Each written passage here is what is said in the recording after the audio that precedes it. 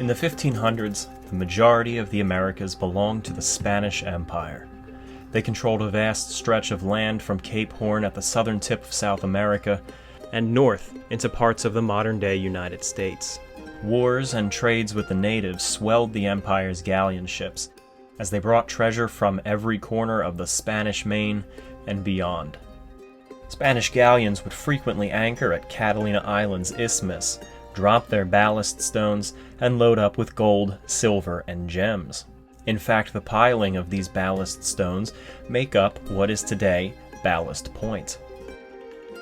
We're hot on the trail of two explorers who, despite their vast differences and being separated by about 250 years, had some similarities.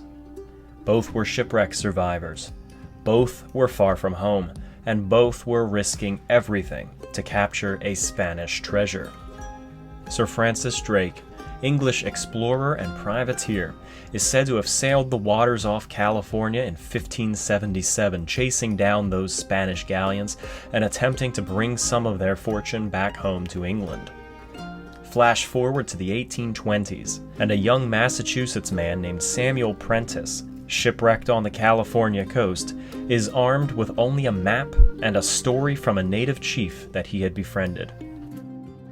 Both Sir Francis Drake and Samuel Prentice wanted that Spanish gold, their footsteps and journey becoming shrouded in legend and mystery as time progressed, and both of them knew beyond a doubt that their treasure lay hidden in the hills of Catalina Island. Today, we're not after their treasure. That's not our aim. We're hoping to find their stories, what remains of these legends, and get an idea of how true their beliefs in these treasures may have been. This is the Kingfisher, a 37-foot Demeglio albacore. Sailing out of San Pedro, California, a 26-mile journey to the small town on Catalina Island called AVALON, our starting point. We had our provisions stocked, our course charted, and our historical references on hand.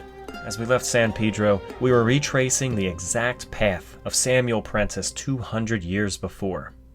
Samuel Prentice's story begins in 1824, when he left New England and came to California as one of the first Americans in the land, which was then the domain of the First Mexican Empire. He worked as a tradesman and a sailor, eventually getting a job aboard a ship called the Danube.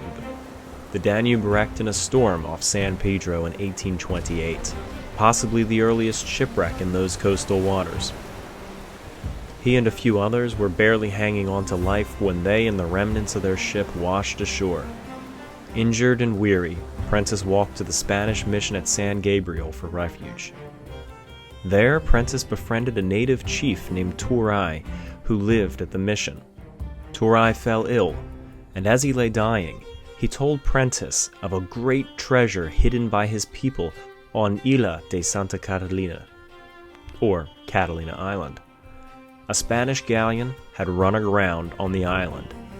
The chief told Prentice that he had taken the treasure from the ship personally and buried it along with his people, which was a rather odd addition that he did throw in, and this would later be the key to solving the mystery. In Turai's last hours, he drew Prentice a map and told him to find it. Prentice took the map and supplies and rushed down to San Pedro where his ship had wrecked, and fashioned himself a raft of sorts out of the remaining wood. He rowed out into the channel bent on reaching Catalina Island and spending his life searching for this treasure. That's Catalina Island out there.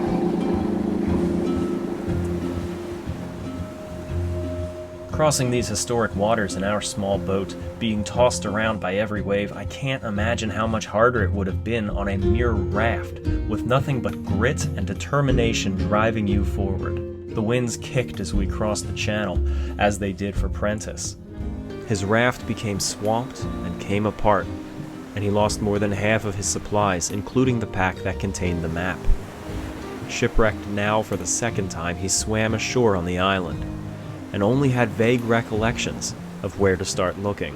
Not much more than we have in tracing his trail, but we too are determined to see just how far he got.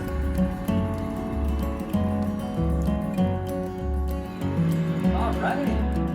The everyday visitor to Catalina Island will often come to the island via the small town of AVALON, the largest settlement on Catalina, and here we'd spend our first night.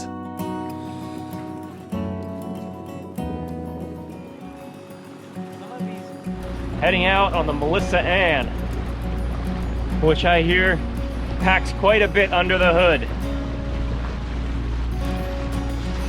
The Melissa Ann is a small, speeding skiff, and she'll be acting as our tender for this trip, getting us into tight corners that the Kingfisher wouldn't safely be able to navigate.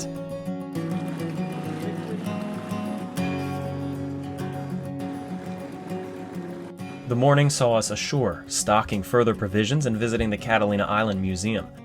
A museum with a fascinating exhibit on an ancient Chinese pirate ship, the Ningpo, which terrorized the waters off China in the 1700s and today lies wrecked on the shores of the island. Indeed, this island has an abundant history of pirates, galleons, smugglers, and wrecks. I've got another documentary just on the Ningpo if you're interested.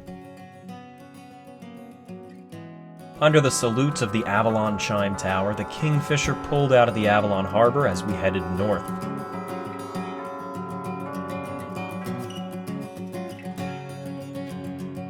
We'll go around the point to Emerald Bay, almost to Arrow Point. And we're thinking the north point of Emerald Bay will be up on this stretch of Arrow Point, and that's our destination. I just saw my first flying fish. I've always heard about the flying fish of Avalon. I've seen postcards of them leaping out of their water with their fins flapping. But I always thought they were like flying squirrels where they just jump and kind of coast for a little bit. That guy was flapping and flying. He went about 100 feet. He went about 100 feet along the water line, and he didn't even touch it. My mind's blown. We have a heading, 270 degrees. Pretty much due west. Right now, though, I'm dead reckoning between the end of that landmass on the port and shiprock slightly off our starboard. Trying to keep it between there so we can avoid some reefs to our starboard in a little bit.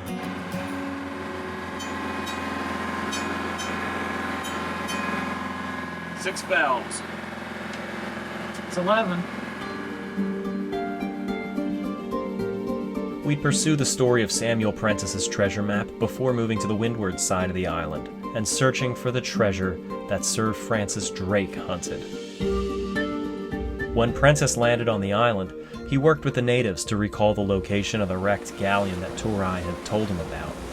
He moved north, as we currently are, and found himself at Arrow Point near Emerald Bay. He built himself a cabin there, becoming the first known white resident on the island. He'd spend the next 30 years digging around from tree to tree looking for that treasure. He wasn't a total hermit, however. He spent half of his time hunting with friends and received letters from his family in New England begging him to return. But in 1854, he died alone on the island, having never found the treasure. But now the question remains. Was he onto something? Or was he a passionate half-wit, fooled by an Indian chief making one last joke before he died? I want to see if we can piece this puzzle together once and for all.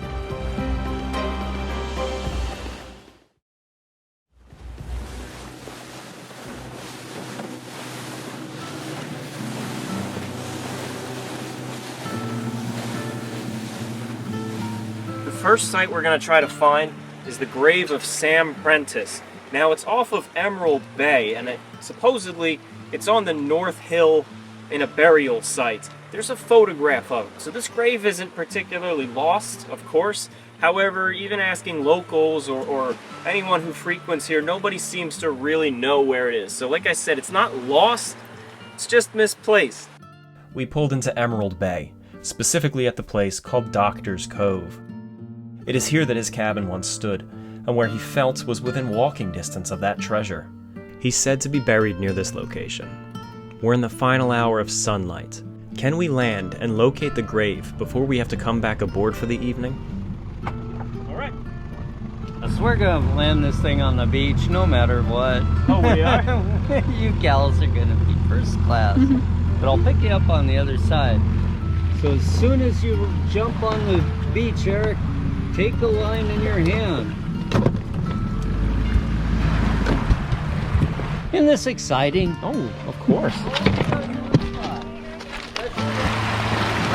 Oh, that's a bad rock right there. Bon voyage!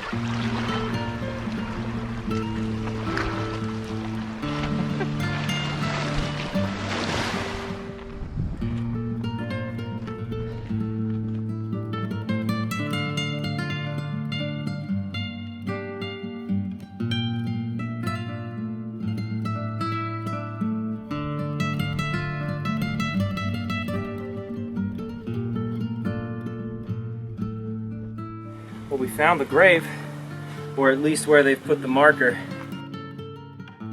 This stone was erected to replace the old wooden marker on his original gravesite. The original marker was made of redwood, with the inscription having been burned into it. The marker was removed, taken to Avalon, and displayed at the Hotel Metropole, and unfortunately, likely was lost when the hotel burned down in the 1915 Avalon fire. Now, the original grave was surrounded by a picket fence, which was already gone by 1900. It's good to come here, and if we are chasing the stories of a galleon wrecked off of Catalina, and he was pursuing one way back in the early 1800s, it's nice to just come by and pay our quick respects. Today, this stone tablet may not even mark the actual resting place of Mr. Prentice, and his bones lie somewhere among the northern hills of Catalina Island. And old Turai's galleon treasure is, if it ever existed, believed to still be lost. But it's not. Researching after our adventure in archives and online, I think the treasure's been found. Not by us, mind you, but I do think that we can connect the final dot and find the exact fate of this treasure. And it was very real indeed. In the 1970s, the wreck of a Spanish galleon was found at Arrow Point, the exact location that Samuel Prentice was searching. But now let's follow a different lead. In the 1870s, an archaeologist named Paul Schumacher uncovered a Native American burial site on the west end of the island, excavated the artifacts, and brought them back to the Peabody Museum archives. 140 years later, an anthropologist named Marla Daly uncovers this collection buried in their archives, and she discovers something incredible about it. Despite the fact that it was a part of a Native American burial, the artifacts are not native. There's metal swords, coins, Catholic medallions, and a scalp. She pieced together that these probably came from the wreck of a galleon and were claimed by the natives. As far as I'm aware, that's the end of these two leads, but we can take it a step further. The artifacts from this shipwreck were found in a Native American burial site not far from Samuel Prentice's cabin. Now, a small problem is that the wrecked galleon at Arrow Point sank in 1598. Some of the coins in the native burial site were dated to be as recent as 1750s. That means that there's 2 Spanish galleons wrecked at Catalina Island, and only one has been found. If the second one went down in the mid-1700s, and the old Spanish chief Turai told Prentice this story in the 1820s, it's not impossible that he truly did take the treasure off of that wreck himself and bury it. It was only a few decades prior. In my opinion, it is beyond reasonable doubt that the artifacts within the Peabody Museum are the artifacts recovered by Turai from the shipwreck and buried with his people under the tree. Turai was telling the truth, and Samuel Prentice was right for believing him. But Prentice never knew this. He died before the Native American burial site had been found, but before he died, he shared all of his clues with a friend who continued on his search for several more years after his death. And then, shortly after the Native American burial site was found, his friend packed up and gave up his search forever.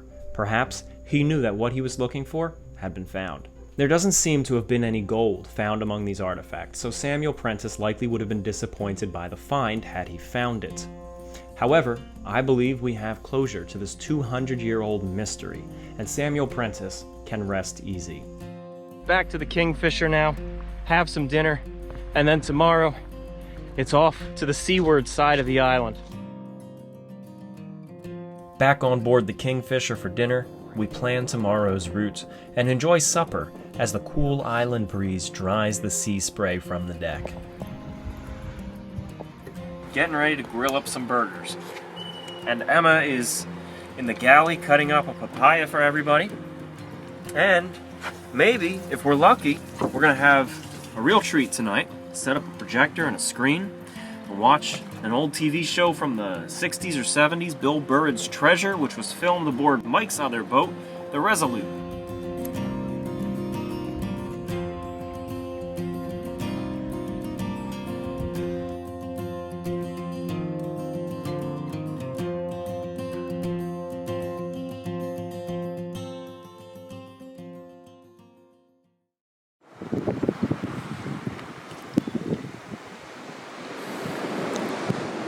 Pull it back and we'll go in reverse and then look through the photographer to see my hand signals if I'm saying stop, stop, stop, stop. Okay. Might change once you see that No, but there you are. Now we leave the 1820s behind and wind the clock back even further to 1577 as we move west to round the head of the island and enter the open Pacific Ocean. Sir Francis Drake sailed from England and wreaked havoc on the Spanish trade in these waters in 1577 in an attempt to capture treasure coming in from the Philippines aboard Spanish galleons. A series of storms had forced the Spanish fleet close to the California coast around the northern Channel Islands, where Drake captured one of these galleons and plundered the loot. 2 galleons escaped from the fleet and made their way south, gaining a head start on Drake and escaping beyond the horizon. And while the captured galleons put up little resistance, Drake knew that the largest treasures were aboard those 2 escaped ships. Drake went in hot pursuit, and the Spaniards aboard the fleeing galleons knew this. Their topsails billowed, but they knew that there was no outrunning the Golden Hind, which was Drake's significantly faster flagship. Instead, they needed to secure the treasures some other way. The Golden Hind, with Drake in command, caught up with the 2 Spanish galleons a few days later in the southern Channel Islands, captured them, but found their cargo holds empty. The treasure was gone, offloaded somewhere in between. Have you seen the recent film Uncharted or played the games?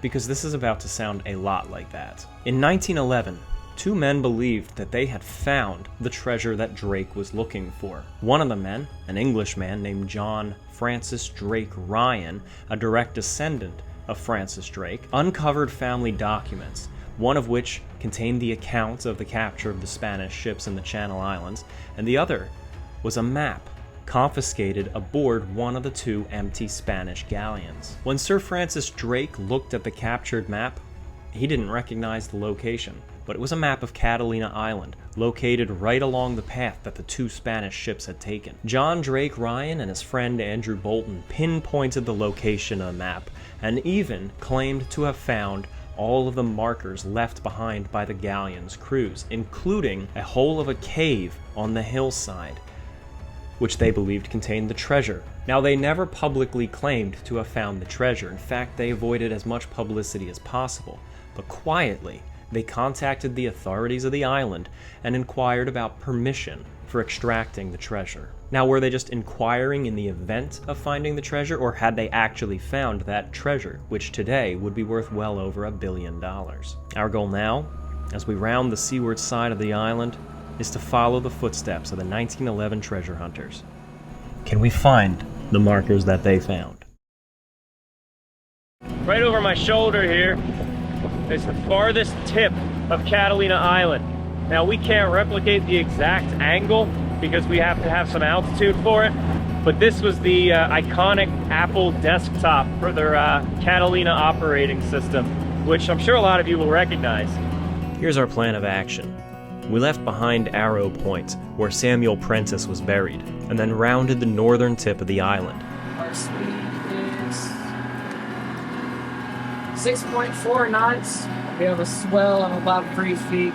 From there, we'd move south and see if we could make landfall close to the point where Andrew Bolton and John Drake Ryan believed that the Spanish galleons hid their treasure, near a place called Little Harbor. Off Rabin is a little triangle of a black cave, and you can swim in, and there's a 40-foot expanse of beach there.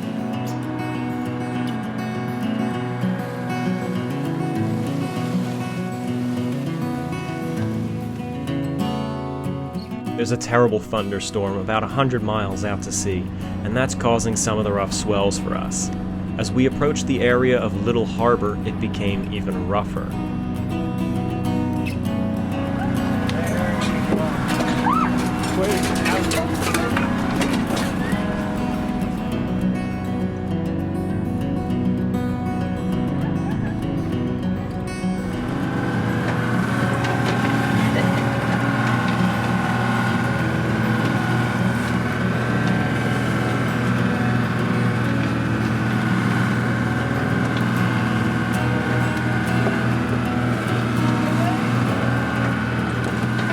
At this point, we weren't sure if we'd be able to land today. Little Harbor is looking a bit rough. We're surveying if we can make landfall. It is very rough out there. It's all Mike's decision, though. Does this look tumultuous to you, Tom? It does. This is Little Harbor. How's it feel to you? It feels better than out there. I like it. Well, it gets kind of nauseous in here. It's 3:30. You want to go hiking around up on that road up there? Yeah, if possible. So we've landed here, Little Harbor. The only concern about hiking that is you guys are gonna have to hang out during that time. I won't even have time. I won't even have the ability to call you. Right. Yeah. All right. Well, yeah, either way, fine. there's no landing here. We might as well discuss the rest of this, putting some miles under us. We came into Little Harbor and we checked it out. We've got this relatively safe anchorage right here, but we're still riding some of the swells, and it doesn't seem to be safe to land the skiff anywhere along here.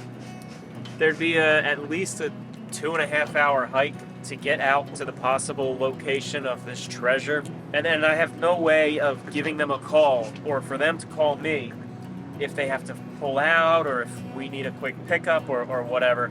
So we're just going to call in and see if we can find some other means. But in the meantime, we are heading back to Cat Harbor. We're going to stay there the night and we'll just have a comfortable night and see if we can't get back here tomorrow. This gave us the opportunity to spend time at the Isthmus and visit the remains of two fascinating shipwrecks there. The first was the previously mentioned Chinese pirate ship Ningpo, of which little remains save for this stump of a keel block and a few ribs buried beneath the mud. The second was the lumber-hauling cargo schooner Palmyra, which can be seen distinctly beneath the low-tide waters. The night was celebrated at the Harbor Reef restaurant with a Harbor Reef burger, and the next morning we saw an old friend who seems to always walk into town every time we're here.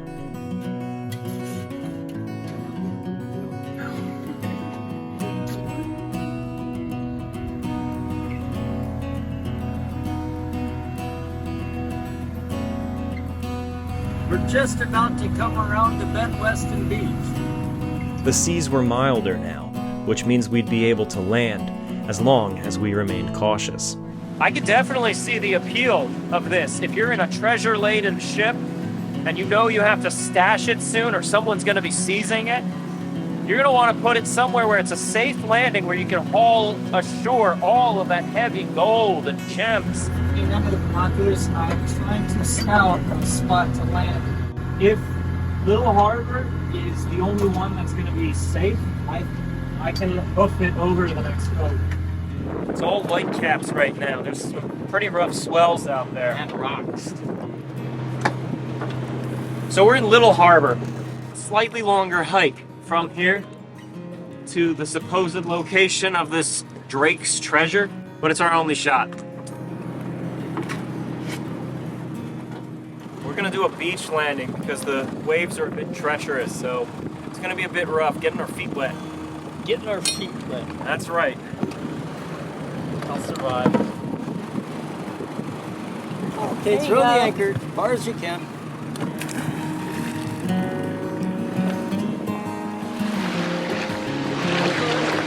Hold on to it. Hold on.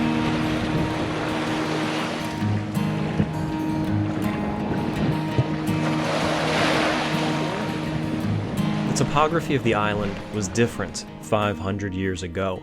This whole area, now a beach and a campsite, was a lagoon large enough for the galleons to anchor and offload. During the rainy seasons, creeks flowed down from the hills onto the beaches.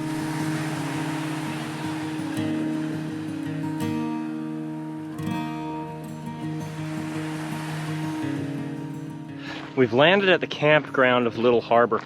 Now we're heading down the road. Fortunately, according to the old 1911 article, it's not too far off the road.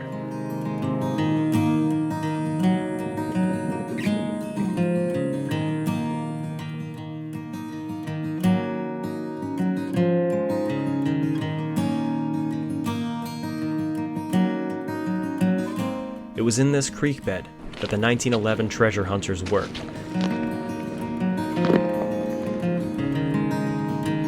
And as I walked, I hoped to find some indication of their having been here. A discarded tin can, an old tool, or anything to show exactly where their base camp may have been. There was nothing, however.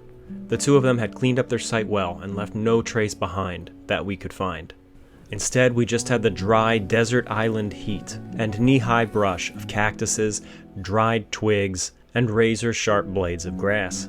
These treasure hunters were some tough men. Isn't it pretty wild how it does that?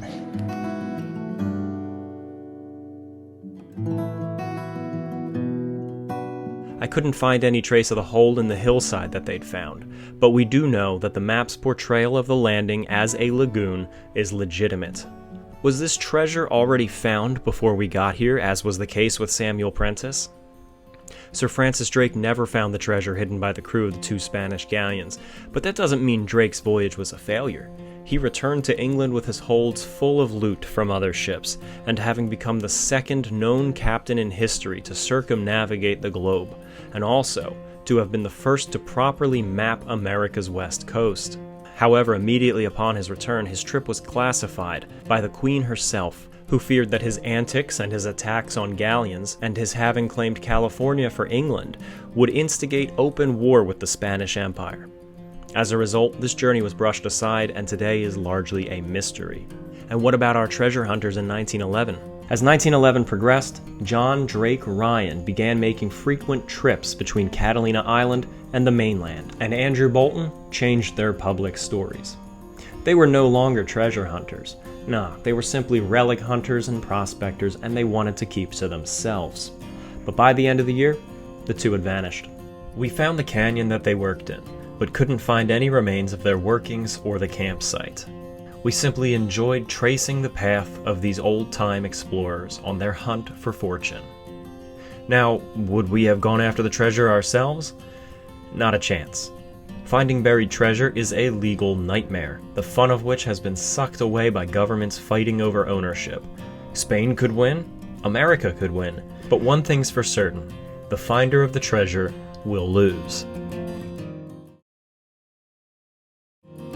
Our journey had taken us 130 miles, in which we've completely circumnavigated Catalina, gaining a further appreciation for the island.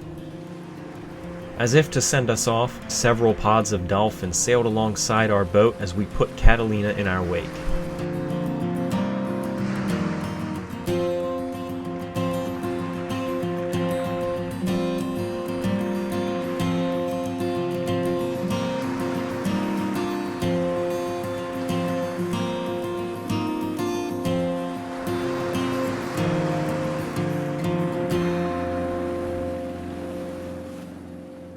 This trip was a success, and gave us a firmer grasp of these two long-standing legends of Catalina Island. A big thank you to my supporters on Patreon, especially Marlo Perez, Kelly Black, Kaiser Wilhelm II, Trent Greger, Zach Richards, Tom Shavada, Donald Anderson, Cody Henricks, Joan Haynes, Sean Kimball, Rob M., Amos Mayhew, Corey Andrews, Nicholas Masella, Zolt Bognar, Cole Tannick, Sophie Baber, Exotic Exploring, Jakob Martin Hansen, Stephen Schwankert, Rob, Oliver Chin Chen, John Holland, and John Miluski.